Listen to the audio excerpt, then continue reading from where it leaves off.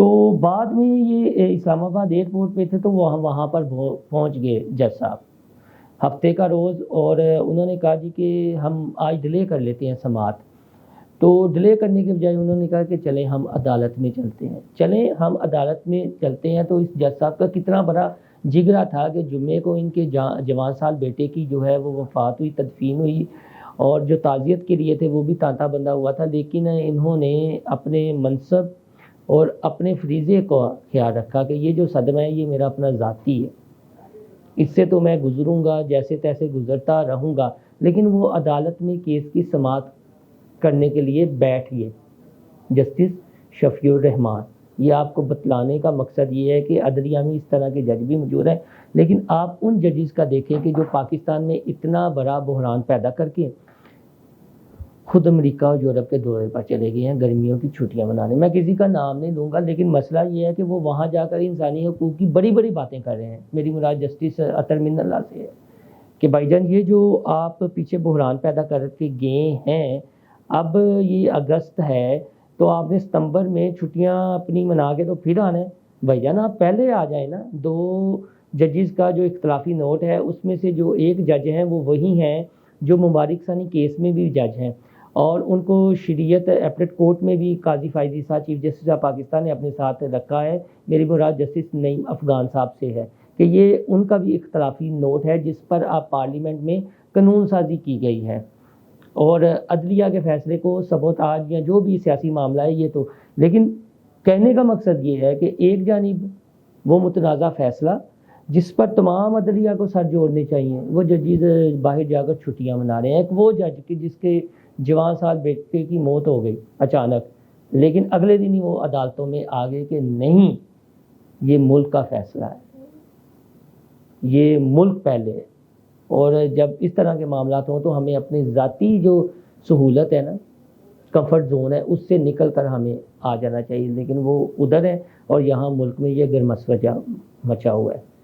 کہ جو غیر آئینی طریقے سے یہاں آئین کو ری رائٹ کرنے کی کوشش کی گئی ہے. اب اس میں ہونا کیا ہے؟ اکثر مجھ سے لبیک کے دوست یا دیگر پوچھتے ہیں ہونا کیا ہے، کہ شاید انہیں یہ لگتا ہے کہ چیف جسٹس صاحب قاضی فائز عیسیٰ کے حوالے سے کچھ محبت جاگی ہیں چیزیں. لیکن میرا مطمع نظر اس میں یہ ہے بطور صحافی جو خبر بھی ہوتی ہے کہ یار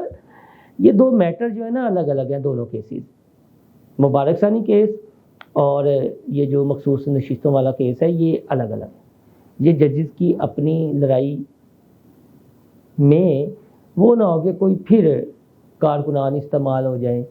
یا معاملہ اس نہج پر پہنچ جائے، بعد میں یہ اپنے اپنی مفاد تو حاصل کر لیں لیکن وہ چیزیں وہیں کی وہیں رہے، اور بجائے اس قصے کو ہمیشہ کے لیے ختم کرنے کے خاص طور پر یہ فتنہ یا جو چیزیں ہیں قادیانیوں کے حوالے سے یہاں پر سیاسی پوائنٹ سکورنگ اور ججز اپنے اپنے میرا بابا اونچا رہنا چاہیے، نہیں میرا بابا اونچا رہنا چاہیے، سیاستدان بھی یہ کھیل کھیل رہے ہیں. اور جو اپنا حامد رضا صاحب نے کیا ہے، یعنی اس سے تو بالکل ایسا لگ رہا ہے کہ اگر ان کی دال نہ گلی تو پھر انہوں نے یہ کھیل کھیلنا ہے اور بغض اس طریقے سے نکالنے کی کوشش کرنی ہے. اور اس پوری تحریک کو جو ایک خالصتاً ختم نبوت صلی اللہ علیہ وآلہ وسلم کے تحفظ کے لیے ہے، جو موومنٹ ہے، جو چیزیں ہیں، جو سٹانس ہے، وہاں پر سیاست گھسنے کی کوشش کرنی. پنجاب اسمبلی میں ان کی اپوزیشن لیڈر ہیں، لیکن کسی نے قرارداد یا اس حوالے سے کسی نے آواز اٹھائی. چلے قومی اسمبلی میں جب معاملہ آیا، جب لبیک نے ایشو اٹھایا، جب وہ دھمکیاں دی تو اس کے بعد انہوں نے یہ آواز اٹھائی. لیکن کیا ہے کہ اس کے پیچھے اپنا سیاسی مقصد یہ حاصل کرنا چاہیں گے اور ان چیزوں کو ہائی جیک کرنا چاہیں گے. ایم کیو ایم کے ہیں ڈاکٹر فروخ ستار، انہوں نے بڑی اہم بات کی ہے. وہ کی تو انہوں نے بعد میں اسے لطیفہ سمجھ لیا گیا قومی اسمبلی میں یا مذاق بنا دیا گیا، لیکن بڑی غور و فکر کرنے والی بات ہے. انہوں نے یہ کہا جی کہ سنتے آئے کہ جب لڑکی کی عمر گزر جائے نا تو اسے کوئی رشتہ بھی نہیں دیتا. تو سیاستدانوں کو بھی چاہیے کہ اگر مناسب اور صحیح وقت پر درست فیصلے نہ کیے جائیں تو پھر رشتہ دینے والے نہیں آتے اور رشتے آنا بند ہو جاتے ہیں. اس پر یہ قومی اسمبلی میں تھوڑے سے کہکے لگے جو بھی تھا جی، کہ پیپلز پارٹی نے کہا نہیں جی ہمارے تو ابھی جوان صاحب چیئرمین ہیں جو امریکہ میں ہیں، چلیں اپنا ان کا ایک کوئی سیاسی معاملہ ہوگا یا جو بھی ہے، آصف علی زرداری سے و بیٹے کا مسئلہ ہے، تو ہاسے میں یہ بات ڈالنے کی کوشش کی گئی، لیکن بڑا ایک سنجیدہ یہ معاملہ تھا اور سنجیدگی کے ساتھ انہوں نے یہ تجویز دی کہ سیاستدان اور قائدین جو ہے نا وہ مناسب وقت پر مناسب اور صحیح فیصلے نہ کریں تو پھر معاملات ہاتھ سے پھسل جاتے ہیں ریت کی طرح۔ اور جو میں نے پچھلا ویلا کیا تھا وہ اسی لیے کیا تھا، اور جو آپ کو ایک نقطہ آپ کے ساتھ شیئر کرنے کی کوشش کی تھی کہ 2017 میں جو مہینے تھے وہ یہی مہینے تھے جو 2024 میں ہیں۔ تب پارلیمنٹ میں یہ نقب زنی لگانے کی کوشش کی گئی تھی، اب یہ عدلیہ ہے، لیکن پھر جو بال ہے وہ آئی پارلیمنٹ کے کورٹ میں ہے کہ یہ فیصلہ انہوں نے کرنا ہے کہ وہ خود اس مسئلے کو حل کر پاتے ہیں یا نہیں۔ جو ارد گرد ہو رہا ہے، چاہے بنگلہ دیش ہے، معاملات ہیں، شادیانے بجائے جا رہے ہیں، یا اب پی ٹی آئی نے کہہ دیا جی کہ خان صاحب کے لیے ہم اڈیالہ جیل تک ریلی نکالیں گے، اور کے پی کے وزیر اعلیٰ نے علی مین گنڈا پور نے ایک تری لگا دی ہے، دھمکی لگا دی ہے، اور عدلیہ کو کہا کہ آپ بیچ میں نہ آئیے گا، ہم دیکھ لیتے ہیں کہ ڈی چوک کا این او سی جاری کرتے ہیں یا نہیں، ہم وہاں پر اگلا جلسہ کریں گے۔ تو مجھے اچھی طرح یاد ہے کہ یہ جولائی کے مہینے میں اگر عدلیہ نہ بیچ میں آتی، رجیم چینج کے بعد عدلیہ نہ بیچ میں آتی، جو زمینی حقائق ہیں، جو حقیقت ہے، تو یہ جب آئے تھے نا کے پی کے سے یلغار کرنے اسلام آباد کی جانب، تب عمران خان صاحب نے وہاں سے ریلی نکالی تھی اور وہ اسلام آباد فتح کرنے آ رہے تھے، تو جب شیلنگ ہوئی تھی تو وہیں قافلہ ان کا ہٹپ پل والی سائڈ پر رک گیا تھا۔ اس کے بعد یہ فیصلہ اسلام آباد ہائی کورٹ یا جدھر بھی گیا فیصلہ وہاں پر گیا، تو پھر انہوں نے کہا نہیں انہیں آنے دیں، وہ اسلام آباد کا E19 ایریا یا جون صاحب ہے۔ پھر آپ نے دیکھا مارکیٹوں کو یا درختوں کو وہاں کا پر باقاعدہ آگ لگائی گئی۔ اس سے پہلے رانا ثناء اللہ وفاقی وزیر داخلہ تھے، انہوں نے کہا تھا کہ میں 3 دن میں نا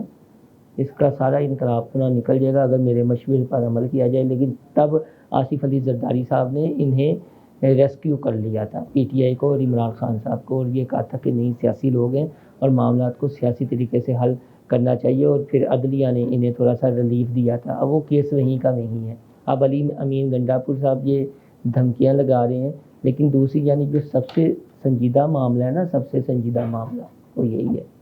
مبارک ثانی کیس والا، اور اس سے زیادہ سنجیدہ معاملہ کوئی نہیں ہے، اس سے بڑا سنجیدہ معاملہ کوئی نہیں ہے۔ اگر اسے نظر انداز کیا گیا تو معاملات بہت بگڑیں گے اور خرابی کی طرف جائیں گے۔ اسے حل ہونا چاہیے ہر صورت میں، اور جتنی جلدی ممکن ہو سکے اس قصے کو ختم ہونا چاہیے۔ بعد میں اپنے سیاسی رہنماؤں کی آپ ان کے لیے جلسے کریں، جلوس کریں، اپنا کتنا فکر ہے، وہ پھر حافظ صاحب حسین رضوی کی لاسٹ میں بات یاد آ جاتی ہے کہ یہاں آرمی چیف کے حوالے سے کوئی بات کرنے کی ضرورت تو کریں، تو دیکھیں ان کا کیا حشر ہوتا ہے۔ اور جب آقا صلی اللہ علیہ وآلہ وسلم کی حرمت کی بات آتی ہے، عقیدہ ختم نبوت کے تحفظ کی بات آتی ہے، تو یہ بگی بلی بن جاتے ہیں کئی، اور کہتے ہیں جی کہ ہمیں آئین اور قانون کے دائرے میں رہنا چاہیے۔ اور جب آپ کے اپنے اپنے قائدین کو، چلے ہم کلٹ نہیں کہتے، لیکن جن کی آپ پوجا کرتے ہیں، جن کے آگے سر نہیں اٹھاتے، ان کی بات آتی ہے تو آپ کو قانون بھی یاد آ جاتا ہے، آئین بھی یاد آتا ہے، ترمیمیں بھی یاد آ جاتی ہیں، جلسے بھی یاد آ جاتے ہیں، جلوس بھی یاد آ جاتے ہیں، اور تب تو آپ کہتے ہیں ہم جہاں جائیں گے راستے بند کر دیں گے، مارکیٹوں کو آگ لگا دیں گے، درختوں کو نہیں چھوڑیں گے۔ یہ فساد نہیں ہے، یہ امن و امان اس سے تباہ نہیں ہوتا، لیکن جب کوئی نکلتا ہے عقیدہ ختم نبوت کے تحفظ کے لیے تو کہتے ہیں جی فساد ہیں یا چیزیں ہیں۔ تو دوستو فی الحال اتنا ہی، جو اس سلسلے میں مزید چیزیں سامنے آئیں گی میں آپ کے ساتھ شیئر کروں گا۔ جو بھی اپڈیٹس ہیں تو میرا عرض کی تھی میں نے پہلے بھی کہ جو آپ کا فیڈ بیک ہے وہ لازمی دیجیے گا، اور جو جج صاحب ہیں اب اس دنیا میں نہیں رہے، جیسی شفیع الرحمان، جو ان کا واقعہ سچا واقعہ ہے، تاریخ آپ خود دیکھ لیجیے گا، ہے یہ 1993 کا، یہی ہے، یہی مہینے تھے میرے خیال میں، جولائی مئی کے مہینے تھے جب یہ سماعت جاری تھی، گو کہ فیصلہ نواز شریف کے حق میں آ گیا تھا۔ یہ بھی ایک بہت اعلیٰ کہانی ہے کہ آیا اس وقت نیو ورلڈ آرڈر بن رہا تھا، تو یہ امریکہ کے کہنے پہ حکومت گرائی گئی، اور یہ وہی تب نعرہ تھا میں ڈکٹیشن نہیں لوں گا نواز شریف کا۔ لیکن جب بھی ملک میں کچھ اس طرح کا معاملہ ہوتا ہے نا، نواز شریف صاحب کا نام لازمی آ جاتا ہے، تو کچھ نہ کچھ تو ہے اس نام کے ساتھ بھی، اور پاکستان کی سیاست اور ایوانوں کے ساتھ بھی یہ جو بحران پیدا ہوتے ہیں۔ انشاءاللہ یہ بھی آپ کے ساتھ کسی روز معاملہ ڈسکس کریں گے۔ آپ سے درخواست ہے کہ ہمارا چینل انسائڈ اسٹوری لائک اور سبسکرائب کرنا نہ بھولیے گا۔ اللہ حافظ۔